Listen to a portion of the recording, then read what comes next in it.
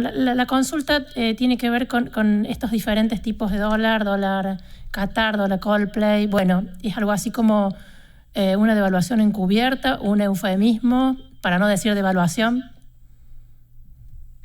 Sí, en realidad son todos, intentos de controlar en la medida que se pueda una situación muy difícil que es la falta de reservas, sobre todo en una economía como la nuestra que es tan dependiente de la divisa, de la posibilidad de acceder sobre todo los insumos y, y bueno, a ver, cuando hay niveles de consumo que han venido creciendo por lo menos hasta mediados de este año, eso hace que haya una presión sobre la divisa porque la industria, la producción de bienes en nuestro país está directamente relacionada con obtener insumos que siempre son importados en su gran mayoría. Entonces, cuando hay una situación conflictiva en reservas, eso complica cualquier otro intento de atender otros problemas de la coyuntura. Y bueno, es por eso porque se produce una situación paradójica. Cuando hay tantos cepos para acceder a la divisa, también como reacción se produce una merma en el acceso a las divisas más allá de lo que son las exportaciones. Es decir, el turismo que llega a nuestro país no cambia en el mercado oficial. eh, Sabemos quienes prestan servicios al exterior, como realmente es muy inconveniente el tipo de cambio frente a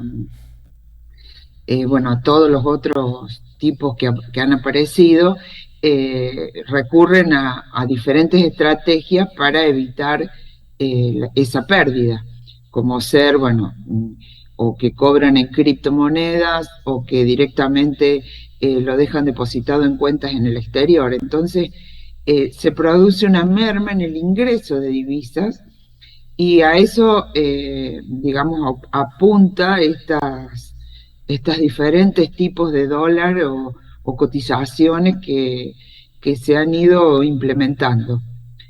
Son, bueno, recursos o últimos recursos para tratar de recomponer las reservas. No son la solución de nada. Yo creo que las medidas que debían haberse tomado por allá por el mes de marzo se dejaron pasar porque esta situación tan crítica está originada principalmente en las importaciones de combustible. Sobre todo porque a partir de marzo el precio del gas líquido, que es el que nosotros importamos en barcos, creció enormemente su precio. Y esto hizo que impactara directamente en el nivel de reservas. Y esa es la situación complicada que tenemos hoy. Estos son meramente paliativos. Sí, son para tratar de pasar por ejemplo, el mes de septiembre, bueno, fue un mes, cierta manera, positivo para recomponer reservas o por lo menos no seguir perdiéndolas. Pero bueno, tuvo un costo muy importante, por un lado, porque en cierta manera viene a impactar directamente en la emisión, es decir, el Banco Central estuvo, mejor dicho, durante el mes de septiembre vendiendo un dólar de 200 pesos y a su vez con un tipo de cambio oficial en, digamos, 150.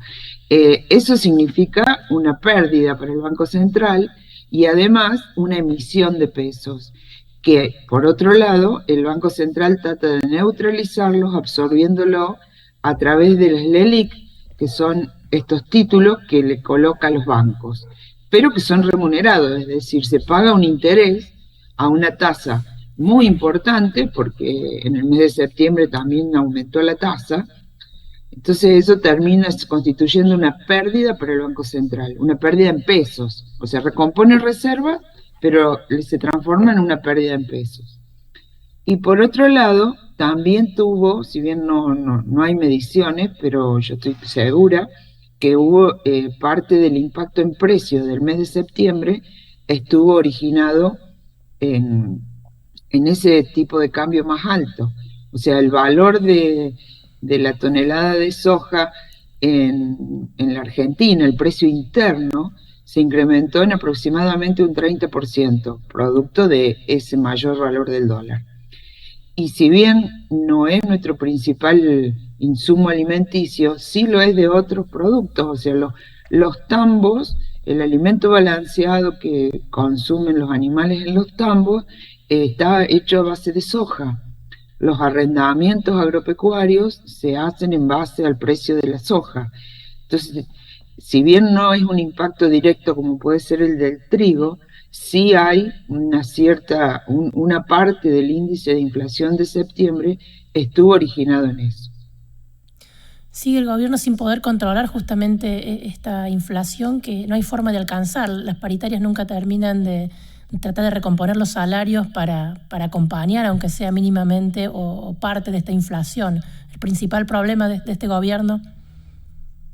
Sí, ese es un gran problema porque hoy, bueno, ya se ve desde principio de año cuando se comenzaron a acelerar los índices de inflación. Es decir, el salario real perdió desde el 2018 para acá una importante proporción del salario. Pero no se ha podido recomponer después de la pandemia.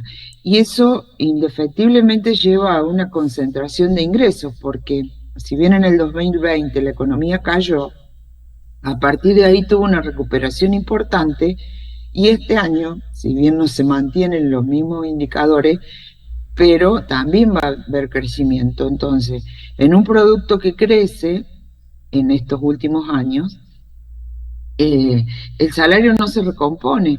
Eso quiere decir que las empresas están aumentando en términos generales, no hablo de una empresa en particular, pero en términos generales, el sector empresario está aumentando su tasa de ganancia y eso equivale a mayor concentración de la riqueza.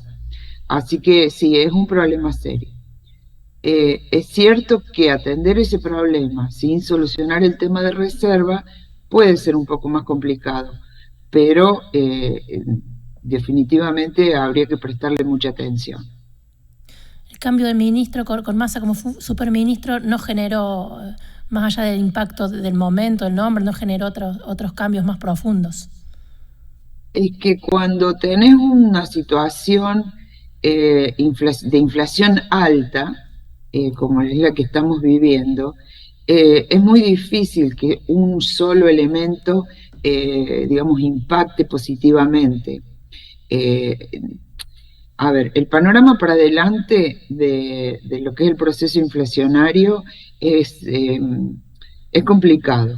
O sea, no podemos esperar que ninguna de estas políticas que se vienen enunciando, como los precios fijos, precios cuidados, precios lo que sea, precios justos, lo que se llama ahora, tenga un impacto positivo, porque es solamente uno. Y para encarar un plan de estabilización como el realmente se necesita, hace falta poder político que este gobierno no tiene hoy. Entonces, yo creo que el panorama para adelante, digamos, lo que podemos, o sea, lo mejor que podemos esperar es que no se vuelva a disparar. Es decir, en marzo, cuando con la guerra aumentó el precio de los productos alimenticios, como por ejemplo el trigo, pasamos de una inflación promedio del 3 a una inflación promedio del 5. Cuando después se produjo un conflicto político con la salida del ministro Guzmán, pasamos del 5 al 7.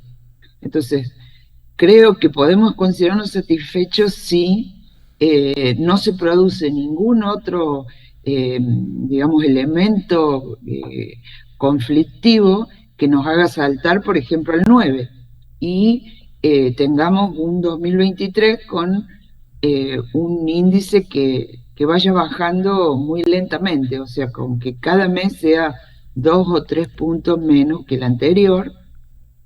Yo no tengo expectativas de que suceda algo mejor que eso para adelante, con muchos riesgos de que se complique, sí.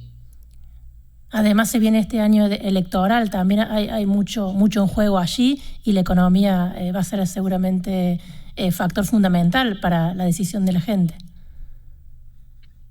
Sí, y ahí hay otro problema, que bueno, en realidad es todo parte de lo mismo, pero otro aspecto del problema, que es las exigencias para cumplir con el acuerdo firmado con el Fondo Monetario van a contramano de lo que normalmente, o sea, de una política expansiva que normalmente se utiliza en los años eleccionarios y que yo no creo que no se haga.